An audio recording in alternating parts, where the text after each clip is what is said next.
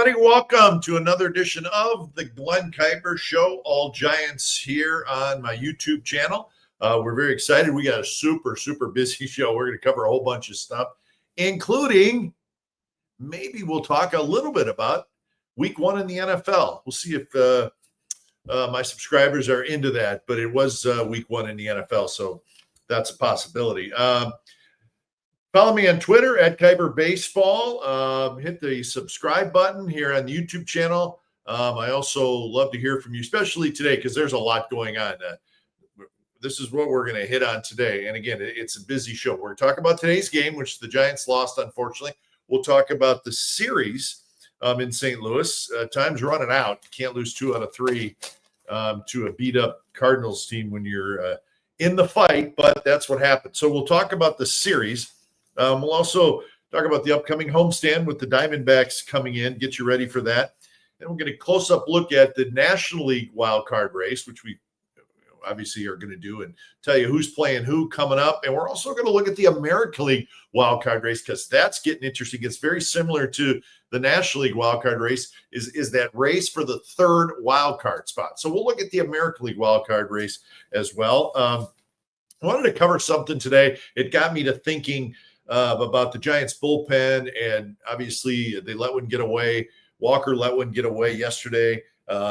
You just sort of had a feeling that this may happen, but I wanted to kind of go back and look at these trades that the Giants made at the trade deadline, and also the Devers trade, and see what's happening with the guys they got, and see what's happening with the guys that they gave up, including Rodgers and Duvall and Jordan Hicks and Harrison and that group. But just kind of get an update on how they're doing and that kind of thing, because it was a thing when the Giants made the trade. But let's remember where they were when they made the trade. And then if we have time, we will wrap up the show with a look at the week one in the NFL. I got a great Ray Fosse story for you about week one in the NFL, and maybe get your thoughts on what was a super exciting Niner win, as they had a battle on their hands up in Seattle, but they did win that game. So, that's what we're going to do today. Again, busy show. And as always, we're going to have lots of fun. And I want your comments on anything we're talking about today,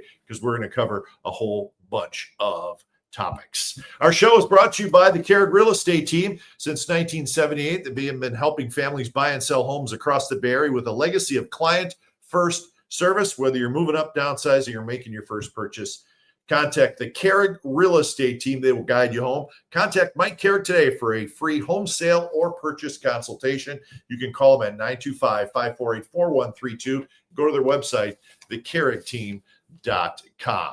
And we're also brought to you by Tilden Properties. As an investor, one of the best places to put your money is California's multifamily real estate. By investing with Tilden Properties, you'll see quarterly dividends and equity buildup in the real estate market. Bay Area-based, family-owned, Tilden Properties has been building investment wealth for their clients since 2008. Give them a call at 925-209-8558. Go to their website, check out their portfolio. It's at tildenproperties.com. So, as always, we thank our sponsors. Okay, so we know what happened today. The final score in St. Louis, the Cardinals 4, the Giants 3. I got I kept score. I got the box score here in front of me.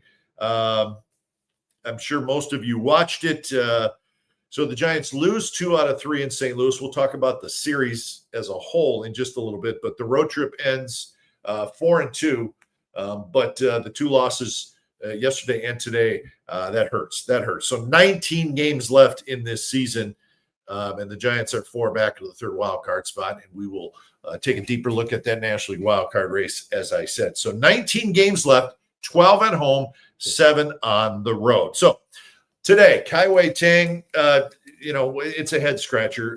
The young man was terrific through the first 4 innings. He was rolling along. In fact, he had allowed just a couple of hits. He had 8 strikeouts in the first 4 innings. The stuff was crisp. The stuff was good. And then in the 5th inning, it fell apart, and it fell apart quickly. I mean, bang, bang, bang. And the one of the scouting reports on Tang in the minor leagues is the stuff is good. He had a really good year in AAA, but there were times where he would lose control. He would start missing the zone. And it happened today. And unfortunately, it really cost the Giants dearly. After the first 4 innings where he was terrific, he walks the first 3 guys in the bottom of the 5th inning. And obviously walking 3 in a row is bad. But even worse than that, it was the 7th, 8th, and 9th hitters. And the thing is, and I know Dave Fleming, Javi Lopez, our announcers, they mentioned it, that a lot of the misses were not even close to being strikes. And that was what was strange, because he looked so good. And then it just all came apart. Bob got him out of there, and it was too little too late. They scored 4 times, did the Cardinals. And the Giants, they did mount a comeback, but, that was – it just wasn't enough. But it was so strange, because Tang really did look good. But then it came apart. And, that's a little bit of the life of a young pitcher that you're throwing out there in the middle of a pennant race. The Giants have to do that. That's what they have. Whisenhunt's hurt, and Roop is hurt. And, so these things are going to happen. And it's very frustrating, because you're running up against the calendar now. You're running out of days. You're running out of games. Offensively, the Giants had 3 runs, 5 hits. They struck out 11 times. They were 3 for 8 with runners in scoring position.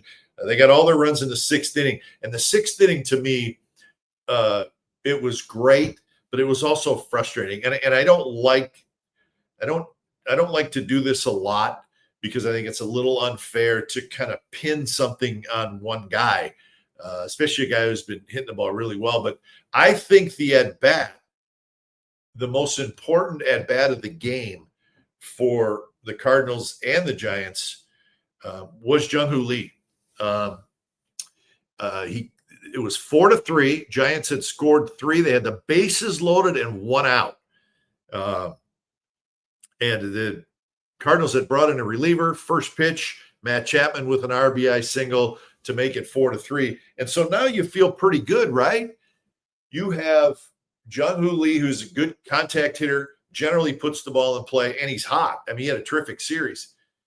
And really, you put it in play, good things. You got a chance to tie the game or continue and turn this into a big, big inning. And this was extremely frustrating for me, is Jung-Hoo Lee never swung the bat. Took 3 strikes, never swung the bat, and the Giants ended up only scoring the 3. It got him back in the game. But I just thought that was the biggest at bat, because everything is in your favor. You got the reliever on the ropes quickly. You got major momentum, and probably your best contact hitter, and a guy who's hot. And he never gets the bat off his shoulders. And you could tell he was frustrated walking back to the dugout, and I get it. I do. But I was shocked that he did not get off at least a couple swings. You have a chance to give the Giants the lead. And again, I'm trying not to dump everything on this one single at bat, but I do. If you think about the context of this game, the final score, it's right on the screen, 4-3, and you have your best shot, and you have momentum, and everything to me was falling into place. And I was absolutely convinced that Lee was going to do something good. But never swung the bat. Very frustrating. And a little bit in the 8th inning as well, when the Giants had they had first and second, 2 outs, and Lee came up, and now there's 2 outs, so it's a little different situation. But he got into a 3-1 count. Good hitters count, right? Swinging the bat, great. And he took a fastball right down the middle for strike 2. And then he swung at a nasty slider and struck out. So it wasn't so much the slider, because it was a really good pitch. It was the 3-1 fastball. The 3-1 fastball as a hot hitter. And I just was take a rip at it. Those 2 things, they just kind of stood out for me. And I think the frustration part about it was because he has been a hot hitter, and he's been swinging the bat great. Things are falling for him. Hits are falling. He's put it in play. But unfortunately, that just did not happen. Rafael Devers had an RBI hit in that 6th inning, knocked in the Giants' first run, kind of got things going. And for Devers, it was his 100th RBI on the year. So that's a great milestone for any hitter. It's the 4th time that he has done that in his career. So Devers now 31 home runs and 100 RBIs on the season, Red Sox and Giants. So he's got 100 RBIs with 19 games left. So, he has a chance to, maybe get to 110 RBIs. And even though the initial time of the Giants, he did struggle, when it's all said and done, his numbers for the whole year are going to be terrific. So anyways, so that's what happened today. It's hard not to be frustrated. You could probably hear it in my voice a little bit, but I'm sure, you guys who watched the game, a little bit frustrated as well. Just because you're running out of time, and you can't afford to lose two to a Cardinals team that is extremely bagged up. But that's what happened, and there's nothing you can do about it. So let's check out the box score, which I like to do if I keep score.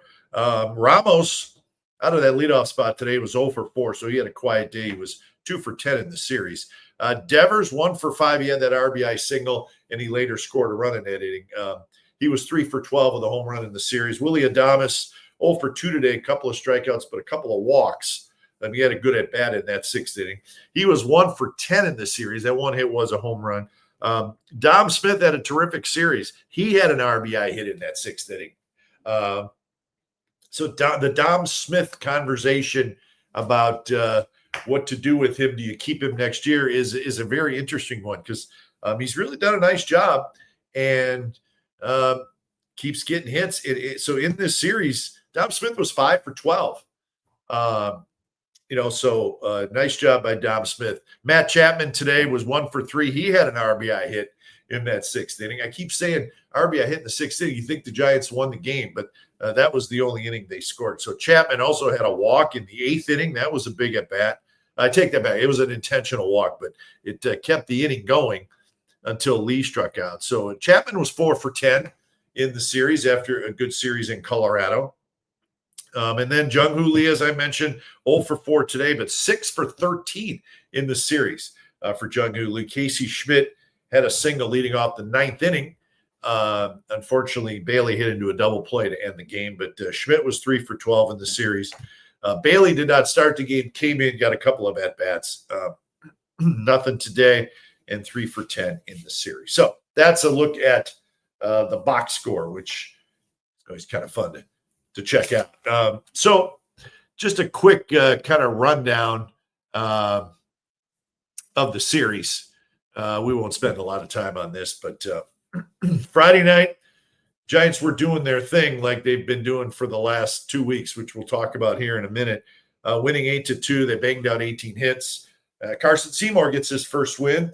One of those young guys get an opportunity here. He's starting to look a little bit better, a little more comfortable. So that's a good sign.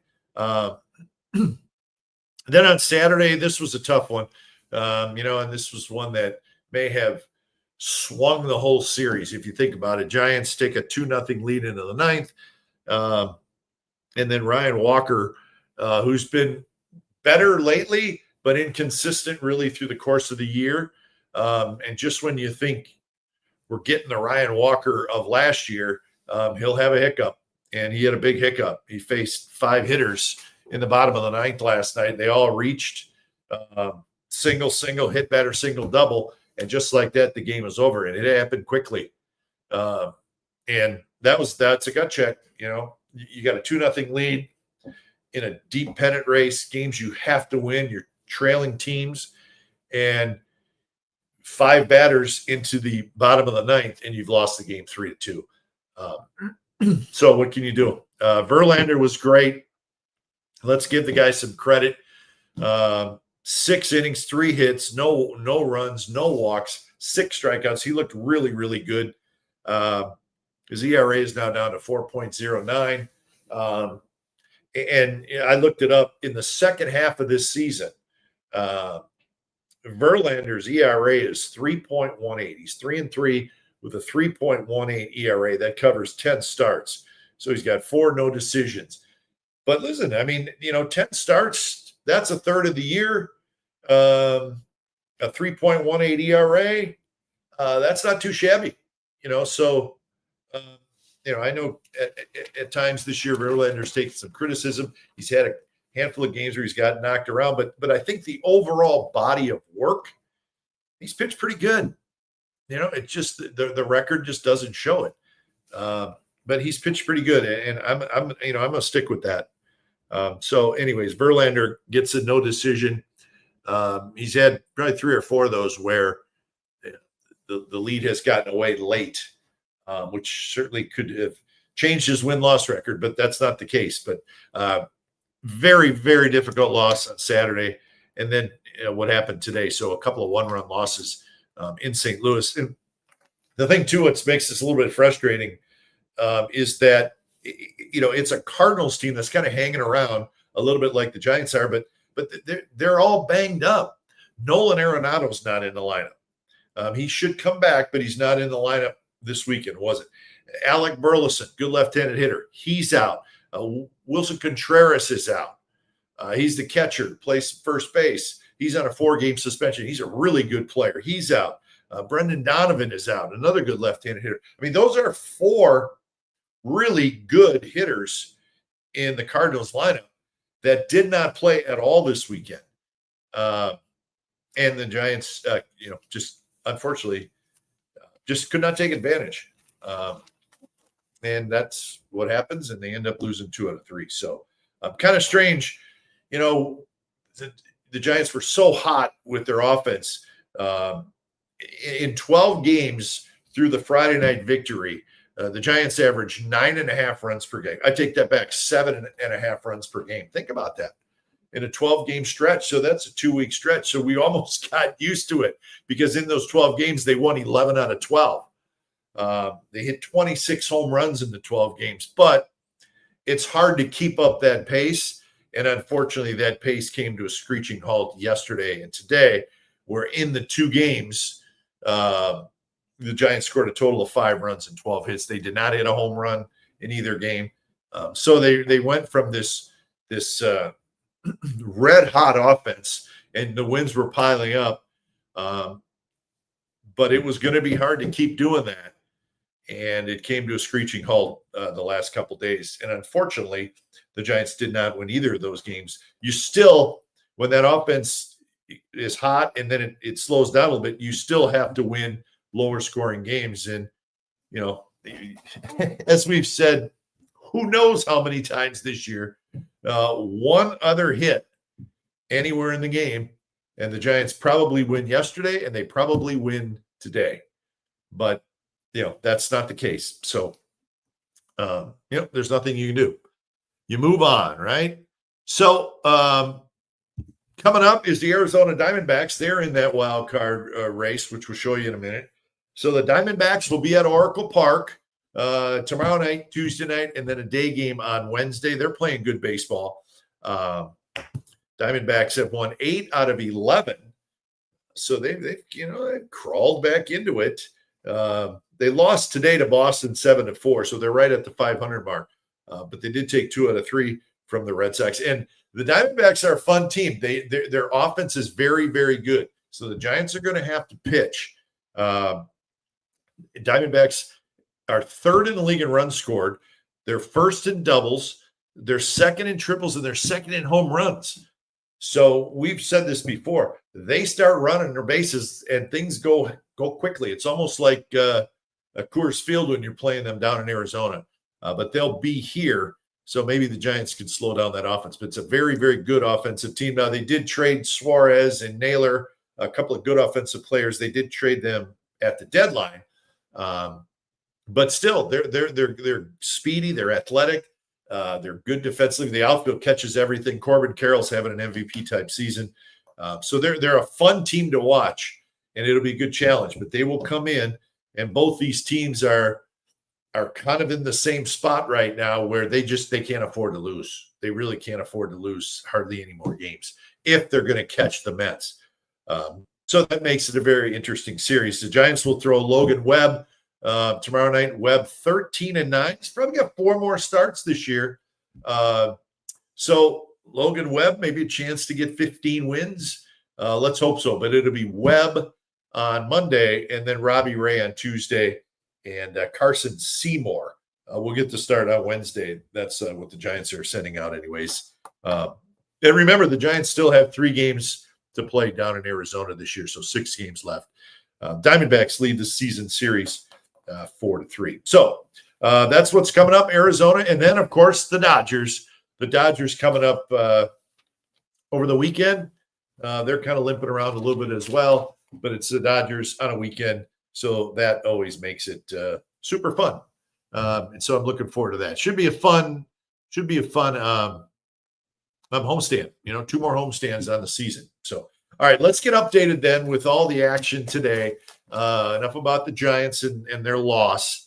But the scores today, the Reds beat the Mets 3-2. So the Reds win 2 out of 3 over the Mets. So the Reds did everybody a favor that were teams that are chasing the Mets, including the Giants. But the Giants they could not capitalize. So the Giants went into the weekend 4 back, and they stayed 4 back. And the Mets, Cardinals beat the Giants, as we said. Padres beat the Rockies 8-1, and the Red Sox beat the Diamondbacks 7-4. So the Giants and the Reds, same record, 72-71. They trail the Mets by 4 for that 3rd wild card spot. So 4 back, 19 to play. And the Diamondbacks are 4.5 back, and the Cardinals are 4.5 back. So those 4 teams bunched together, but still, none of those teams could really. You almost, as one of those teams as those teams chasing the Mets, Giants, Reds, Diamondbacks, Cardinals. You can almost look at it like you cannot afford to lose 2 games in a row. You can afford to lose 1. But then you better win 3 or 4 in a row where you're at in the standings. But you can't afford to lose 2 in a row, not with less than 20 games left.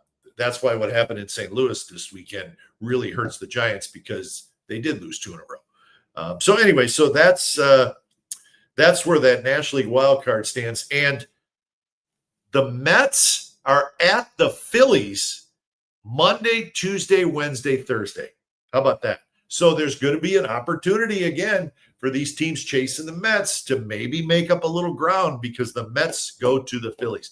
That's going to be a fun series to keep an eye. Keep an eye on that one. Obviously, we're going to watch the Giants and the Diamondbacks, but keep an eye on the Mets at the Phillies. 4-game series starting tomorrow night. The Mets lead the season series 7-2. One of the few teams that has kind of dominated the Phillies this year, which just doesn't happen very often. So let's watch that one really close, see if the Phillies can help everybody out. The Reds are at the Padres. That's another big series in this wild card race. And then the Diamondbacks at the Giants. So that is what we're going to be watching in the next 3 days, and see what happens at the end. Can the Phillies help out everybody else and defeat the Mets? We'll see. Yeah, there's one note I wanted to throw out there. I don't know if you guys saw this or not, but in that Red Sox win over the Diamondbacks today, Aroldis Chapman got the save for Boston. He's having a phenomenal year. But he has faced 50 consecutive hitters without giving up a hit. Aroldis Chapman, 50 consecutive hitters without allowing a hit. That was such a cool note and such a ridiculously impressive note. I wanted to throw that in there. Is that not crazy? 50 straight hitters without allowing a hit. So that's the National League wildcard race. Here's the American League wildcard race, which we haven't really talked much about. We obviously concentrate more on the National League, but I thought it was important. The American League wildcard race needed a little love here because it's reminiscent. It's actually tighter than that National League race we just talked about. It's the Mariners, and this is the fight for the 3rd wild card spot. Sound familiar? The Mariners have the 3rd spot. The Rangers are a game and a half back. The Royals are 2 back. Cleveland is 2.5. It's tighter than the National League race. So the Mariners are hanging on. I mean, the Mariners are just hanging on. They have not played great lately, but they did win yesterday. They did win again today in Atlanta. They got 2 much-needed wins, but they have been struggling as of late. And remember, the Mariners team, we know their history. It's an unfortunate history. They're the only team to never have played in a World Series. And obviously, they've never won a World Series, of course, Captain Obvious. But each of the last 2 years, the Mariners have been 1 game shy of the playoffs. 1 more win, and they would have gotten in the playoffs. It's happened 2 years in a row to the Mariners. So they're hanging on for dear life to that 3rd wild card spot. And the Mariners, they got the Cardinals coming up tomorrow. So there's another series. The Cardinals are still in this thing in the National League.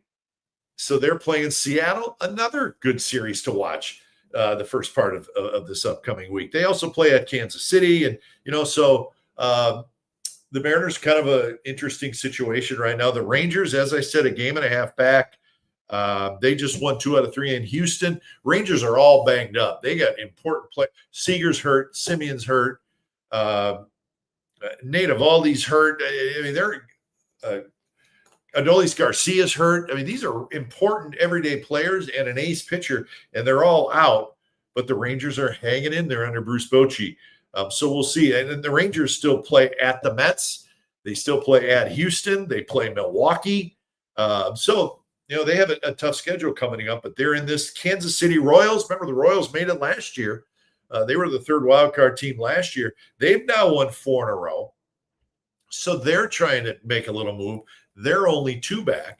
And then you got the Guardians at 2.5. So something else to watch for in this September pennant race. And I like to do that. I like to give the viewers, people who watch, just things to watch for besides what we want the Giants to do.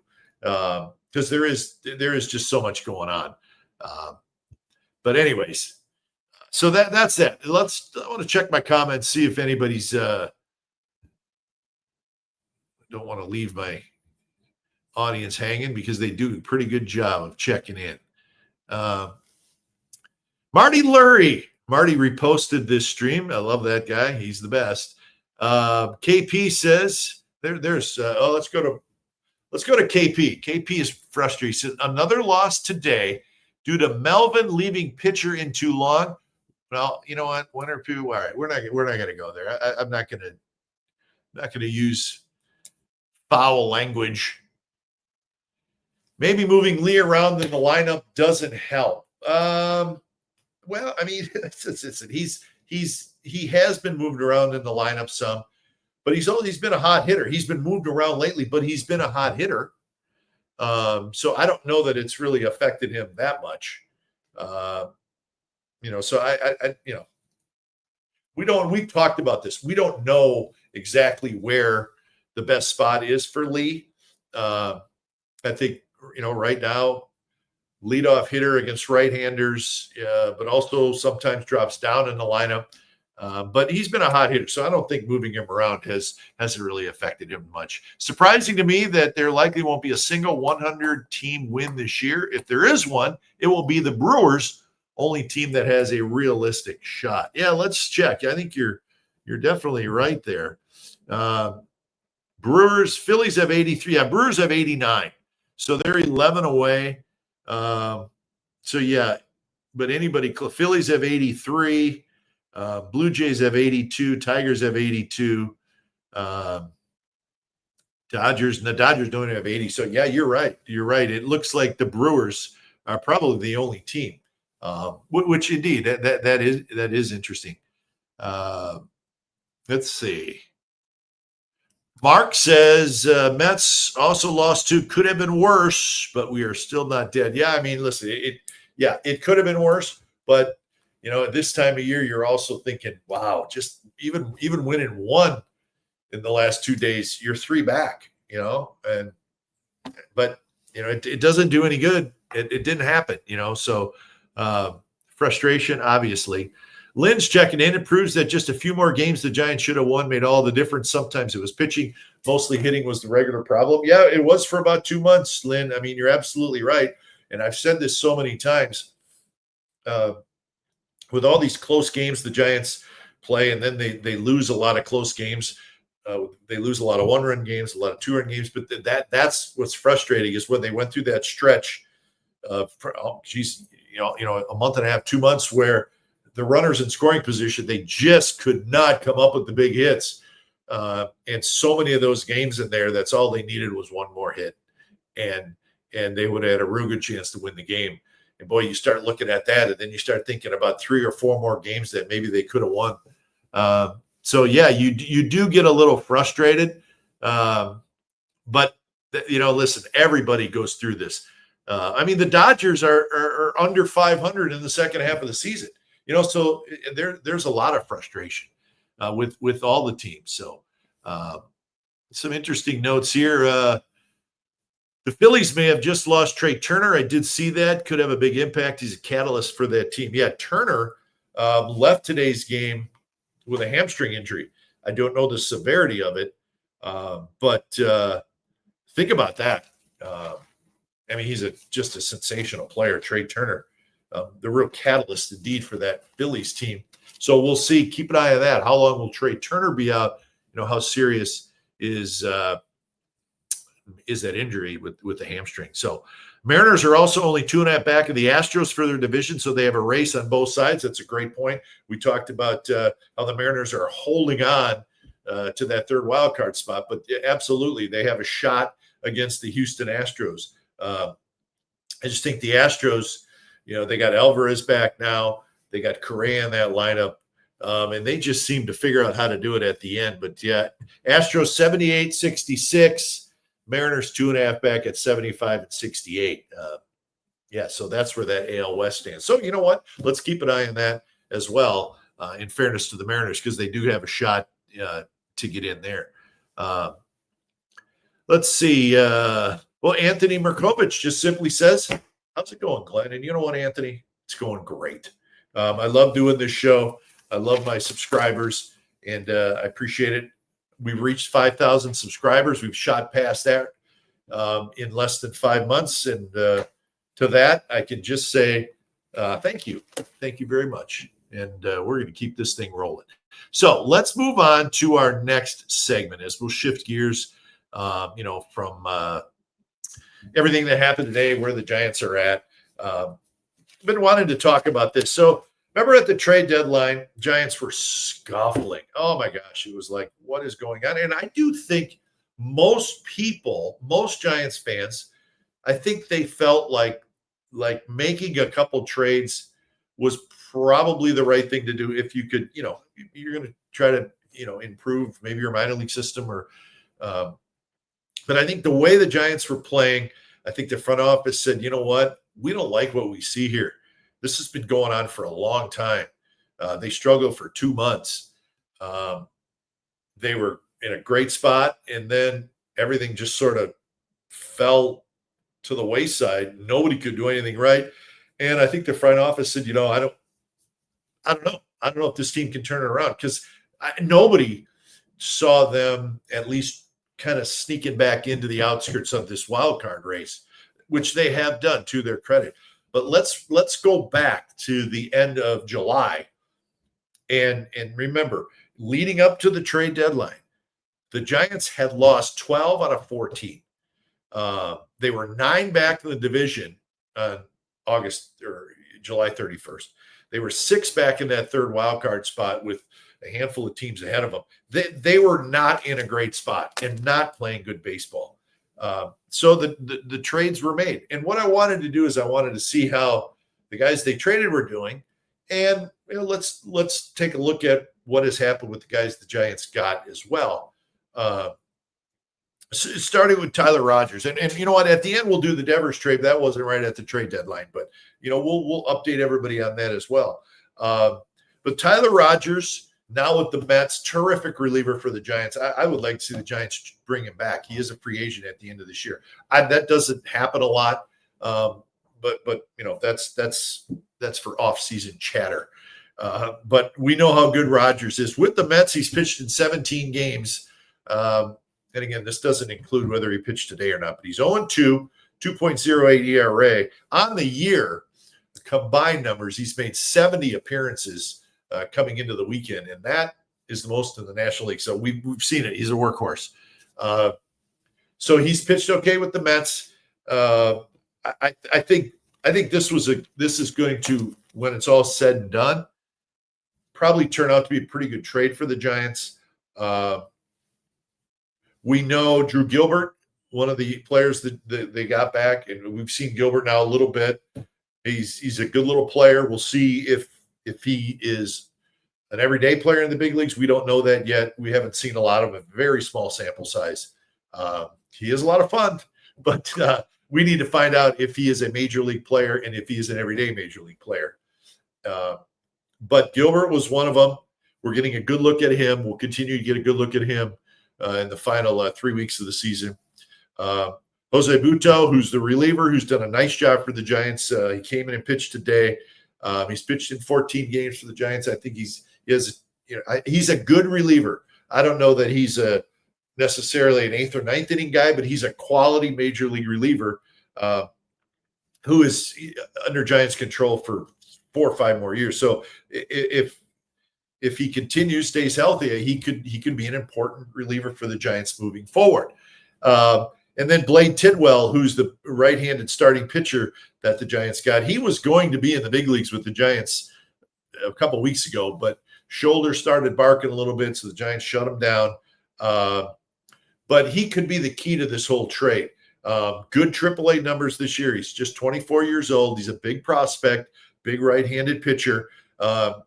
20 games in AAA this year with the Mets and the Giants organization. 6-4, ERA about 3.5. Really good stuff. Needs to tighten up the strike zone a little bit, but the Giants like him a lot. And if you get a young starting pitcher out of this deal to go along with Gilbert and the reliever Butto, that has a chance to be a really good trade for the Giants. But I think it all sits on if Tidwell can be part of the rotation next year or be ready to pitch at the big leagues next year. We shall see. It's too bad we didn't get a chance to see him this year because I think the Giants were ready to pull him up and give him a start or two or maybe 3 or 4. But anyways, let's get him healthy and see if he is the real deal. And if he is, that's a big deal. So I think ultimately that's going to probably turn out to be a pretty good trade for the Giants. Camilo Doval goes to the Yankees. We know Doval's story. Great stuff. Inconsistent. A little frustrating at times. Almost streaky. You think about a streaky hitter. He was a streaky reliever. He would have 4 or 5 great appearances, and then it would get weird a couple times, right? We all saw it. He has not pitched well for the Yankees. It's been a struggle. He's pitched in 15 games. He's had some weird stuff happen. His ERA is about 5. He's walked 9. He's given up 15 hits in 12 innings with the Yankees. Tough place to come in as a trade, and then if you scuffle, Yankee fans, they don't want to hear about it. They don't want to hear about it. So this could be a tough goal for Doval in New York. It has been already. Let's hope for his sake he can turn it around. Remember, he's not a free agent until after 2027. So he is Yankees property next year and the year after. So we'll see what happens with Camilo Doval. Now, this is where it gets interesting. Who did the Giants get back for Doval? Well, they got Jesus Rodriguez, a catcher, third baseman, Parks Harbor, Tristan Vierling, and Carlos De La Rosa. Okay, De La Rosa is a very young pitcher, 17 years old, so we're not going to get into him because we don't know much about him. Tristan Vierling, right-handed starter who's in Double-A right now. ERA is about 5. Parks Harbor's an infielder, 23-year-old infielder who's having a really good year in high A. In fact, he's hitting about 320 combined with the two organizations. But again, a young kid at the single A level. The guy to watch is Jesus Rodriguez. He's 23 years old. He's a right-handed hitter. He's an infielder who is learning how to catch. And that's what's probably keeping him out of the big leagues right now. He's 28 games in Sacramento. He's hitting 355.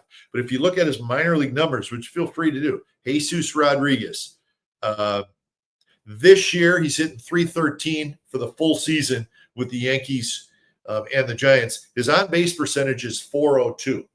The scouts say he can hit. He's not a huge power hitter, but he's a contact guy. He drives the ball, but he's just not going to hit 25 home runs at this point. But they said he can really hit. So this is interesting. He needs to get a little bit better catching, feel a little bit more comfortable catching to catch at the big league level, which is important. But this is somebody that I'm very intrigued by, because if he can hit, okay, because there needs to be more offense from the catcher spot. We all know that. The Giants will tell you that. The fans will tell you that. You know what? Patrick Bailey would probably say, you know what? I need to be a better hitter. I need to be better offensively. It could be a position that the Giants look to upgrade. It could be a spot where the Giants look to make a big deal. Or it could be a spot if this Rodriguez kid is ready to catch and he can hit. You have a right-handed hitting catcher, and let's just not toss Patrick Bailey aside. He may be the best defensive catcher in baseball. Statistically, he is. So maybe that's a thought as your combination catcher spot next year. I think it's legitimate. It's a legitimate possibility. But the point is the Rodriguez kid can hit, from what I've been told by the Giants people and by some scouts. So that's a name to keep an eye on, much like the Blade Tidwell from the Mets trade is a guy to keep an eye on. That could really make these trades that swing them in the Giants' favor, okay? So names to keep an eye on. Now, let's go back to the Devers trade, which was made on June 15th. A massive trade, obviously, right? Maybe the biggest one of the season. Who knows? But we know the names, right? And we're seeing now what Devers can do. He's a terrific offensive player. He struggled a little bit with the Giants early on, but let's cut him some slack. It's not easy getting traded middle of the season, one coast to the other. He's been with the Red Sox since he was 16 years old. So listen, sympathy or not, that's not what we're asking for here for Devers. But you have to be realistic. There is an adjustment period for these guys. Different ballpark, different weather, different dimensions. Not an easy place to hit. But he's now looking more comfortable, and you're now seeing what kind of hitter he is. I think that's fair, right? Is that a fair assessment? I think it is. Now, we know who the Giants gave up. Harrison, Hicks, James Tibbs, and then there was a very young pitcher, Jose Bello, I believe his name is. So, again, we're not going to worry about Bello because he's very young, and we don't know a lot about him, and I'm not going to make stuff up. So, let's get to who the Giants gave up. And just to let people know, how are these guys doing? Not good for Jordan Hicks. Jordan Hicks has really struggled. In 21 games for the Red Sox, his ERA is 8.20, and he's on the injured list. It has not gone well at all for Jordan Hicks. Whether he's hurt, we don't know. But it has not gone well. And remember, he's got 2 years left on a contract, $22 million total. So the Giants traded him halfway through the second year of his contract. So they actually saved the $22 million plus what they would have voted for half of this year. So they saved about $27 million in the Hicks deal. $27 million. That's a lot of money. And that has to be part of the evaluation of this trade. And you don't have to evaluate it right now because we don't know what Kyle Harrison's going to do. These trades need to be evaluated 4 or 5 years down the road. But that $27 million has to be part of the evaluation. Okay. James Tibbs. This is interesting. James Tibbs, Giants #1 draft pick last year. He gets traded to Boston. But then 2 weeks later, the Red Sox trade him to the Dodgers, which I thought was interesting. They traded him for Dustin May. Remember the red-haired, flame-throwing young starter for the Dodgers who was injured last year. And Dustin May, so the Red Sox said we could use another starter. They get Dustin May. Dustin May has not been very good for the Red Sox. His ERA is 5.5. He's only won one game for them. Tibbs is now with the Dodgers. It's crazy. His third organization this year alone, and he was just the Giants' #1 pick last year. Tibbs this year hitting .227 with 16 home runs in high A and double A. But James Tibbs, part of that initial Devers trade, is now with the Dodgers. He is a top prospect, left-handed hitter, so he's now in double A. And this is where the final piece of that trade comes into play, Kyle Harrison. So very talented young left-hander. We all know about Kyle, but he has not been in the big leagues with the Red Sox this year. I think he was close to getting called up. Sounded like he had a little ankle injury recently. So he has not been in the big leagues. He's made 11 starts in AAA. He's looked pretty good. I don't think there's any question that the Red Sox look at him as a big part of their future, as they should. But he has not seen the big leagues yet this year, which I thought was interesting. I thought he would maybe go right into there, but that has not been the case. So again, it's kind of fun to look back, look at these trades to see which team you may think may end up winning the trade if you have to have a winner. Not all trades have to have a winner and a loser. Sometimes both teams win. And this could be the case with the Devers trade. I think the Giants are thrilled. They know they got a lot of money to pay him for a long time, but they have a middle-of-the-order hitter for a long time. And I think it all comes down to how well does Kyle Harrison pitch with the Red Sox when he gets to the big leagues. Because the Hicks thing is not good right now. Tibbs is gone. The guy they traded for Tibbs, Dustin May, is a free agent at the end of the year. So we'll see how that works out. But you look at the Duvall trade, we'll see what happens there with the young players that none of those players are in the big leagues yet. And the Rodgers trade to me is very, very interesting. So we can't grade the trades yet, but I think for the most part, I think Giants fans are okay with these trades. Unfortunately, at the time when the trades were made, the team was struggling. You traded a couple real good relievers, and that leaves the bullpen right now maybe a little short, maybe a little unproven, and that's kind of what you're battling with here down the stretch when you've got yourself back into the edge of the pennant race. But you didn't know that, and you were not playing good baseball when those trades were made. And I think, I think that's fair. I do. And I think the trades probably needed to be made. And in the long run, I think maybe that the Giants will be happy with these trades. I want to get a few comments before we move into our last segment. Mets trade was good. Duvall trade seemed like last minute thing. We could have used Duvall next year.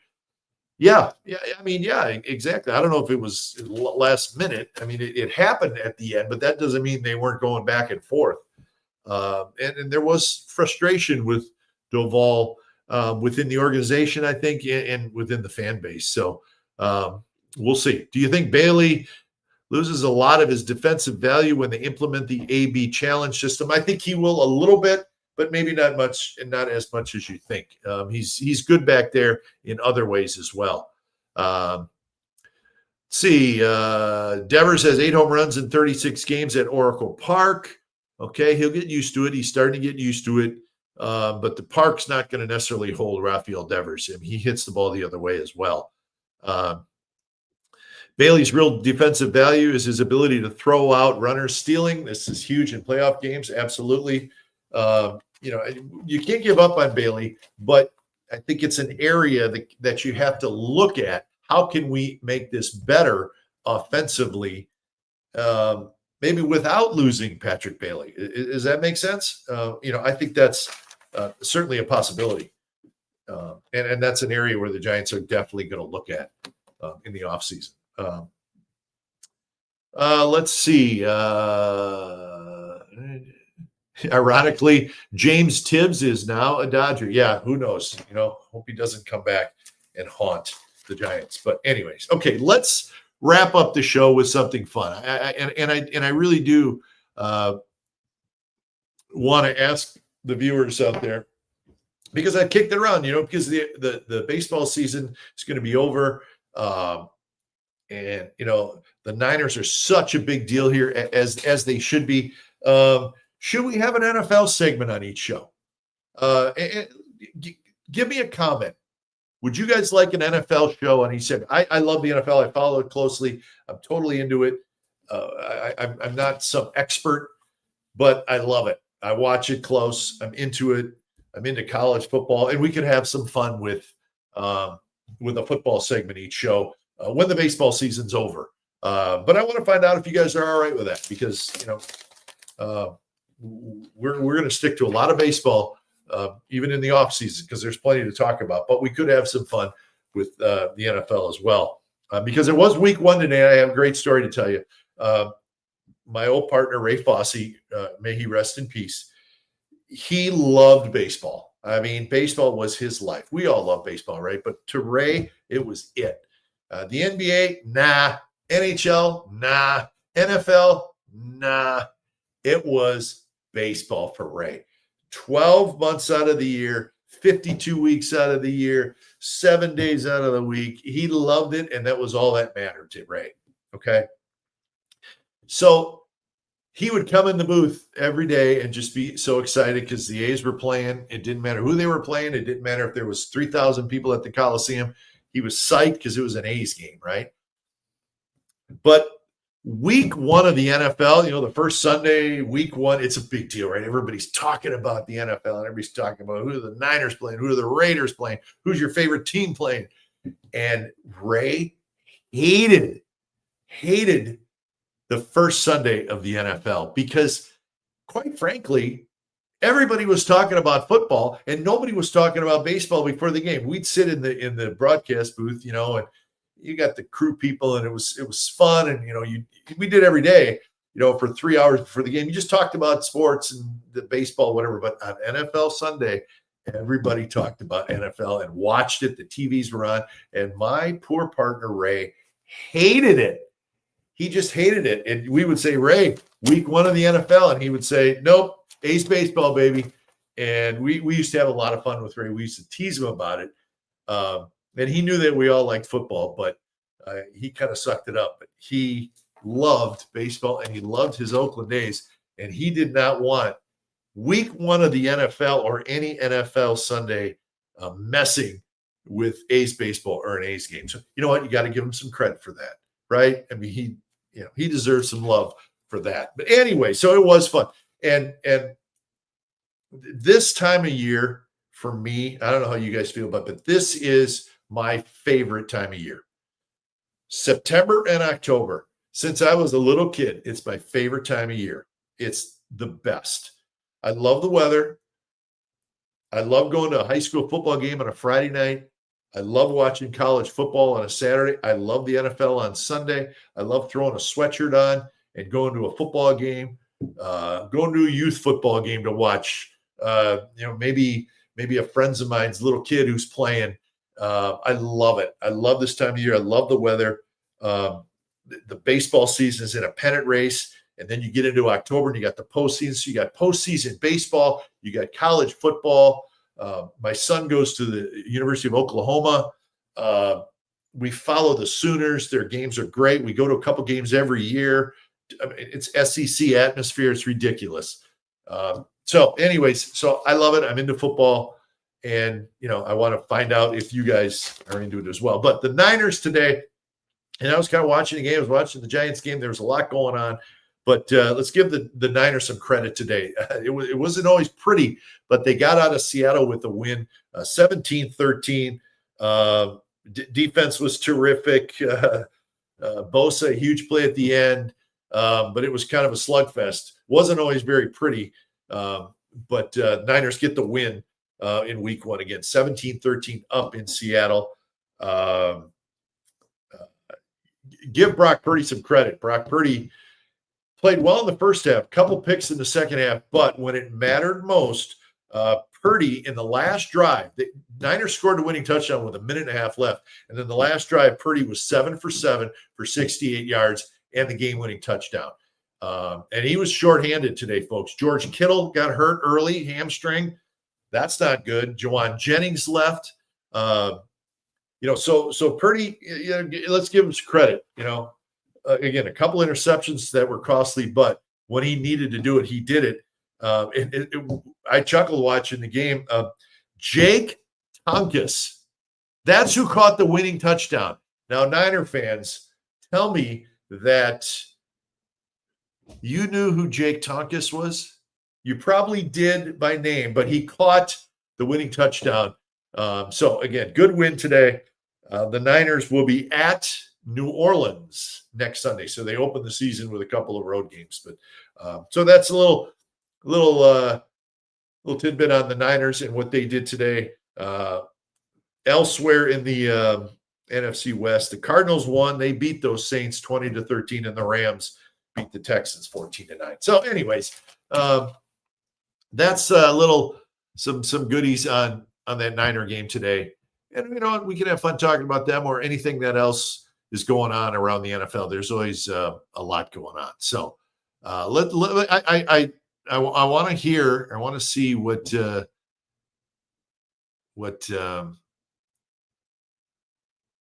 see if anybody is into this. All right, Bryce Herbert, Bryce checks in a lot, and I appreciate it. He's a good listener. NFL quick hit would be fine, I'm sure. There you see. All right, quick hit. Let's see who's had more, Moody or Walker. Okay. Bryce says, I bet Ray hated football talk. Yeah, he did. 49ers Red Zone says, I love my Giants too. All right, 49er Red Zone. I love it.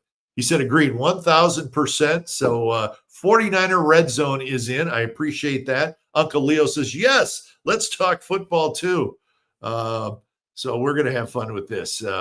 You could say Saleh impact immediately. Yeah, Robert Saleh, of course, defensive coordinator a couple years ago, head coach with the Jets, bounced around. In fact, he got let go by the Jets, and he's good friends with Matt LaFleur, the Packers coach. He went to Green Bay for half the year and was kind of like not an assistant coach, but he was there helping a little bit.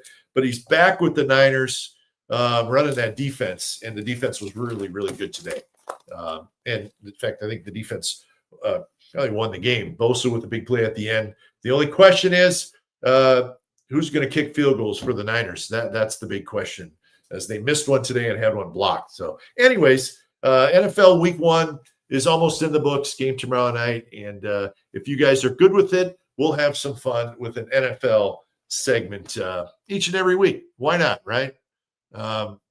Try to throw as many things out there as I can from a show standpoint. But again, we will stick with the Giants, and we'll spend a lot of time on them in this final 3 weeks, see if they can pull off a miracle. And that miracle needs to happen quickly, and it needs to start, quite frankly, it needs to start tomorrow night with the Arizona Diamondbacks in town. So anyways, you know what? That's it for the show. I hope you enjoyed it. Let's give one more shout out to our sponsors, the Kehrig Real Estate Team. Whether you're moving up, downsizing, or buying your first home, the Kehrig Real Estate Team, those are the people you can trust. Contact Mike Kehrig today. His number is 925-548-4132. KehrigTeam.com is their website. And the good folks at Tilden Properties. By investing with Tilden Properties, you'll see quarterly dividends and equity buildup in the real estate market. They do it by purchasing multifamily real estate in California. That is the place to go, folks. These people are very, very successful. Bay Area-based, family-owned Tilden Properties. Call them at 925-209-8558. Go to their website and check out their portfolio, tildenproperties.com. All right, that's it for the show, folks. We'll see you on Wednesday with another edition. We'll do a post-game show after the day game, the Giants and the Diamondbacks. Hope you enjoyed it. Covered a lot tonight. Keep it coming. Keep the subscribers coming. Keep your comments coming. Again, you can follow me on Twitter at Kuiper Baseball. Thanks, everyone. We'll see you in a couple days of the Glen Kuiper Show, All Giants.